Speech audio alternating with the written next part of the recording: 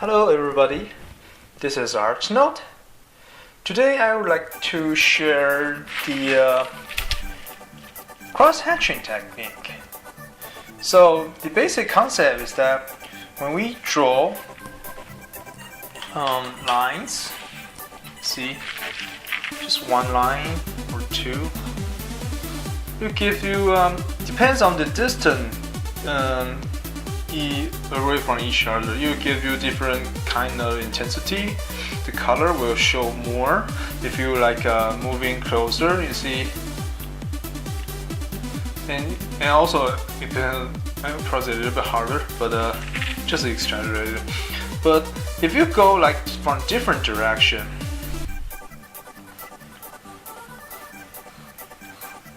it will give you the same kind of feeling, and it makes it even more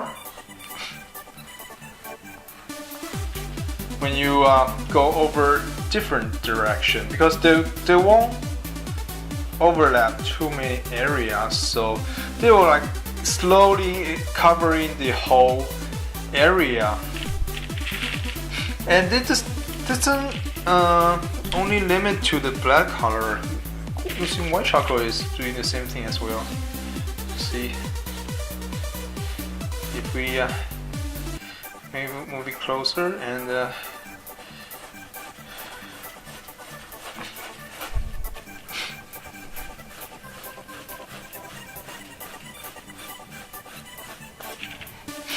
this technique is good when sometimes it doesn't. You can always like blend the surface. For example, if you are using a carving, engraving, it's hard for you to like smudge around because you have to like dig in pretty hard, and or even like woodblock paint, you carve it just a line, and you cannot expand it and like make it shallower, because it is what it is. I mean, it's not like we can smudge it around, you know, like these charcoals. But yeah, sometimes you have to like. Sometimes you also want to like work on the rough surface, which is if you smudge it, you will show the texture which you may not want. And there's a kind of drawing called Silverpoint. They use like a very thin silver, like a silver thread, to draw on the cardboard paper or something, so it cannot like smudge around too. So this technique is like the application of building different value to it, and yeah, I can apply like many different areas. So it's a very useful technique. Let's see our model here is the peel. So let's start with the gesture. And this time I won't smudge it too much. I mean, I don't even need to if I do it correctly. So just approximately, and remember the core shadow will be lying on this area. So I will overlap more on the core shadow area and also the cast shadow area. And since we're using the tone paper, we are going to use the Chiaroscuro. So remember, using this technique, Chiaroscuro, you don't want to like mix the light and shadow. You want them to be separated. Okay, so this is the first layer. I mean, I probably can go like another way. See, it's getting dark already. So it's not that hard of a concept, but it takes a little bit more patience, because you have to go over and over again, and sometimes if you feel like, and you have to observe the whole composition, I mean the value, you have to control it more by crossing more line in the shading area, and the last line in the lighter area. So yeah, you may want to be cautious with your line quality as well.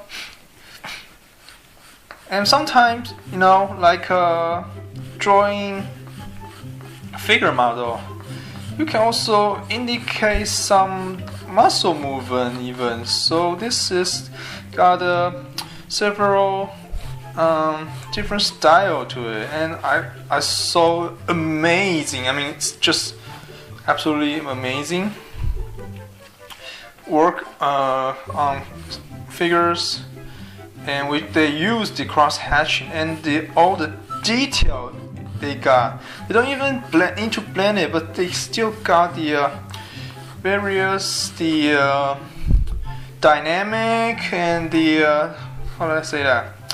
The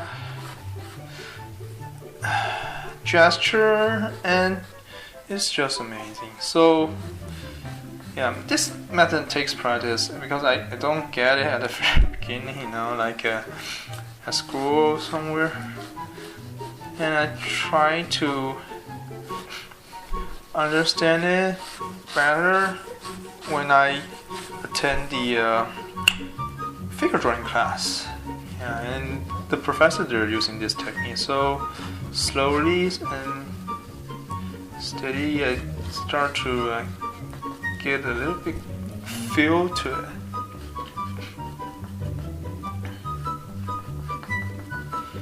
Alright, so yes, okay, and I think this can get a little bit more shading, but I won't do too much, otherwise I will be missing the mid-tone. So I don't want that. I want to keep the mid-tone as the paper's color, and also it's like the reflection light. I made it a little bit too round. Yeah. But you know, our main focus will be getting the cross hatching right. So you see, there's a little bit darker, so I will cross a little bit more line here, and just feather in to the other area, so it doesn't like just big block over there. It's always good to like get it a little bit transition, even though you might not think of your eye may tell you different way, but it's always good for viewers to get some space to you know, operate their head better, correct? And if I did some place I don't like it, always I can go back with the Kneaded Eraser and do that over again. And also, you see, I just go like around it and go different way for the lighter parts, and just go back and forth. This method takes a little bit more time, but the outcome will surprise you. I mean, because you may not think of this, and when we draw it, you see all the lines, every single line, because you're getting sitting so close to the picture plan, and you cannot see how it actually works. And this brings me another point, is that doing this method, you might want to stand back a little bit and see how it turns out, if you like it or not, and which part is need to be darker, or in which part need to be lighter. It's always good to, and yeah, if it's a long project, I would recommend you to go somewhere else. I mean, just leave your project for a while and come back with the fresh eyes. You may see something differently, and even some place you miss, and you might want to change it or make it better now. So yeah, this will be another suggestion. Alright, let's see. Alright, I think I'm pretty close, so I will stay right there and walk back a little bit and see. Oh, now my core shadow is darker because I crossed too many lines over there, so I probably would pick it up a little bit on the bottom part. And also the cat shadow is not that dark as the core shadow. I would like to reinforce that. And the lighting part is not too bad. It can be more exaggerated, but yeah, just leave it like this. So the Kneaded Eraser, you know how to use it? We can shape it whatever we want, and just gently tap it. No, you're using the cross-hatching technique doesn't mean you cannot use the other tools like a Kneaded Eraser or something, unless the material doesn't allow you, like let's say like a carving. You know, once you carve into the wood and it just stay there. You know, even though you can probably use some putty to fill it up, but it doesn't look the same way it was. So yeah, that took more cautions, but for right now we're fine. I mean, this is just pretty relaxing, you know. Like my other project always. Yeah, I like that one. Okay, so yeah, that's probably it for today's video about cross-hatching. And let me reinforce it a little bit. Okay, please drop a like if you enjoy it, leave a comment, and I will see you all in the next video. Thank you.